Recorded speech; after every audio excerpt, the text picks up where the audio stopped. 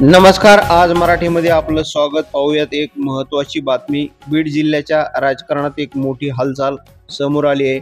बीडच्या राजकारणात आज मोठी घडामोड घडली आहे. गेवराईचे माजी आमदार बदामराव पंडित यांनी भारतीय जनता पार्टीत प्रवेश केलाय. याच वेळी गेवराईचे नेते बाळाराजे पवार हे देखील पुन्हा एकदा भारतीय जनता पार्टीत सक्रिय झाले आहेत. तर माजलगाव मतदारसंघातील अपक्ष उमेदवार म्हणून विधानसभा निवडणूक लढवणारे माधव निर्मळ यांनीही भारतीय जनता पार्टीत प्रवेश केलाय. मंत्री पंकजा मुंडे यांच्या उपस्थितीत या प्रवेशामुळे गेवराईसह बीडच्या राजकारणात मोठे राजकीय गणित बदलण्याचे चिन्हे दिसून आले आहेत. त्यामुळे बीडच्या राजकारणात आज एक मोठी घडामोड घडल्याचं समोर आले.